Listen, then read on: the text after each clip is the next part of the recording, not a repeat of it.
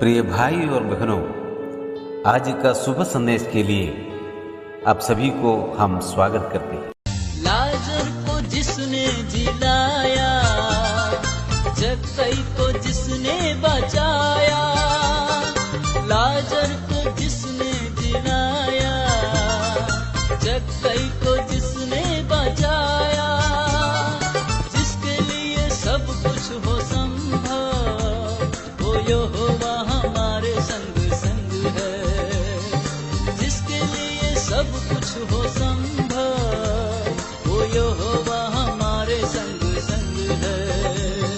सेनाओं का यहोवा हमारे संग संग है। याकूब का परमेश्वर हमारा उजगड़ है। सेनाओं का यहोवा हमारे संग संग है। याकूब का परमेश्वर हमारा उजगड़ है। आज का संदेश इवेंजलिस्ट जोशी अब्राहम आसाम से बांटा जाएगा। प्रार्थना के साथ सुनिए। परमेश्वर का नाम की महिमा हो। शुभ संदेश के श्रोताओं को और एक बार जल्दी आने वाला प्रभु यीशु मसीह के नाम में हमारा प्यार भरा नमस्कार।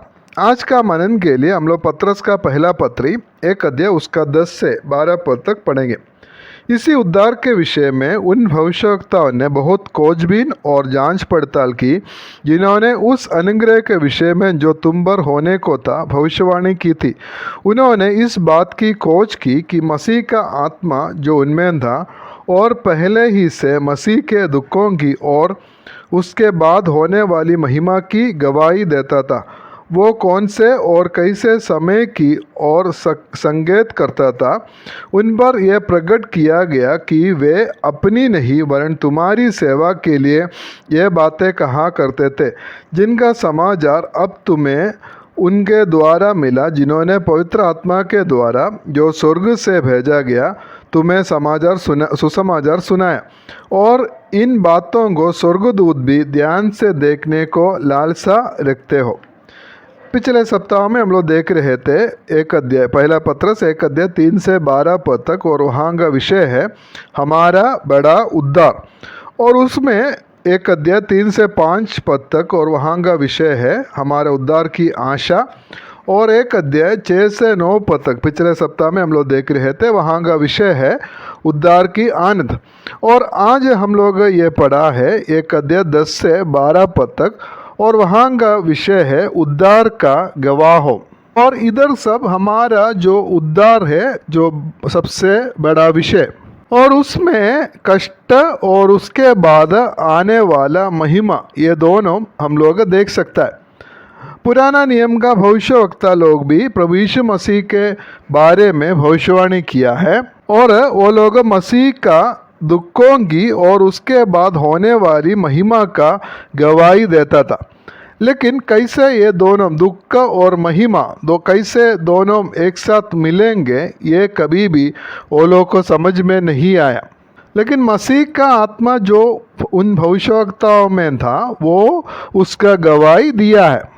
मसीह का आत्मा बोलकर यहाँ लिखा है, और ये छोड़कर और एक जगह में हम लोग ये शब्द देख सकते हैं, वो है रोमियो का पत्री 8 का 9। उधर भी मसीह का आत्मा बोलकर हम लोग देख सकता है। और मसीह का आत्मा का मतलब सिर्फ मसीह से आने वाला आत्मा, वो मतलब सिर्फ नहीं है। फिर क्या है? मसीह के बारे में गवाही देने वाला आत्मा। जब प्रभु यीशु मसीह पवित्र आत्मा का आगमन के बारे में अपने चेलों का कहा है, वो उधर प्रभु यीशु मसीह बोला, यूहन्ना रे सुसमाचार उसका 15 अध्याय उसका 26 पद में हम ऐसे पढ़ता है, परंतु जब वो सहायक आएगा जिसे मैं तुम्हारे पास पिता की ओर से भेजूंगा, अर्थात सत्य का आत्मा जो पिता की ओर से निकलता है, तो वो मेरी गवाही देगा। और 27 में हम ऐसा पढ़ता है, और तुम भी मेरे गवाह हो क्योंकि तुम आरंभ से मेरे साथ रहे हो।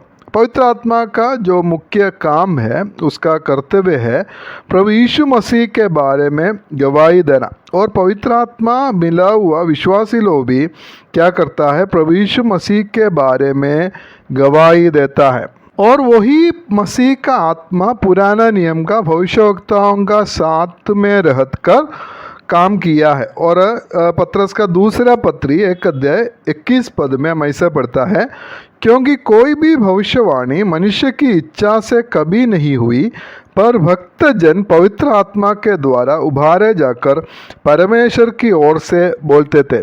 इसलिए पवित्र आत्मा अर्थात मसीह का आत्मा पुराना नियम का भविष्यवक्ताओं के साथ मसीह का दुख का और उसके बाद आने वाला महिमा का गवाही दिया है, लेकिन वो भविष्यवक्ता लोग वो ठीक से नहीं समझा है।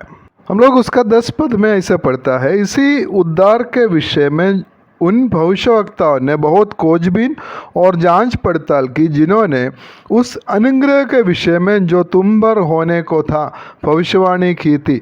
उन अनुग्रह के विषय में वो उनके बारे में वो भविष्यवाणी किया है। वो अन्य जाति लोगों का उद्धार के बारे में भी ऐसा भविष्यवाणी किया है जो भविष्यवक्ता लोग हैं, लेकिन वो ठीक से वो लोग को समझ नहीं पाया।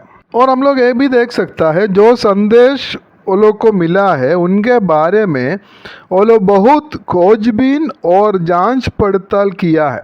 उन अनुग्रह के बारे में कि जो हमारे ऊपर जो अन्य जातियों के ऊपर में जो आए हुए अनुग्रह या उद्धार के बारे में वो समझने के लिए वो लोग बहुत, जो पुराने नियम के भविष्यवक्ता लोग बहुत कोशिश किया, वो लोग खोजबीन किया, जांच पड़ताल किया, लेकिन वो लोग को पूरा रीति से वो समझ नहीं पाया। और प्रभु यीशु मसीह के बारे में वो लोग जो भविष्यवाणी किया है और उसका समय भी वो कब होने वाला है, हम लोग उधर 11 का आखिरी में हम लोग पढ़ता है, वो मसीह की गवाही देता था वो कौन से और कैसे समय की और संकेत करता था, वो कैसे होगा और कौन से समय में होगा ये भी वो लोग को मालूम नहीं था।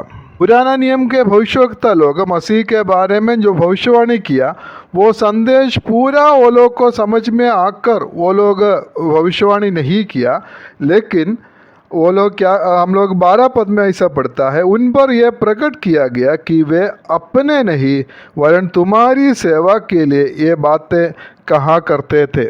वो लोग को ये बात पता चला कि परमेश्वर ये सब अपने समय, उनके समय में ये पूरा नहीं करेगा, लेकिन भविष्य में ये पूरा करने वाला है। और पतरस का समय में और हमारा समय में हम लोग को देख सकता है प्रभु यीशु मसीह के बारे में, उसका जीवन के बारे में, उसका मृत्यु के बारे में, उसका पुनरुत्थान के बारे में, और ये सब जो भविष्यवाणी ये लोग किया है वो सब ऐसा पूरा हो गया है।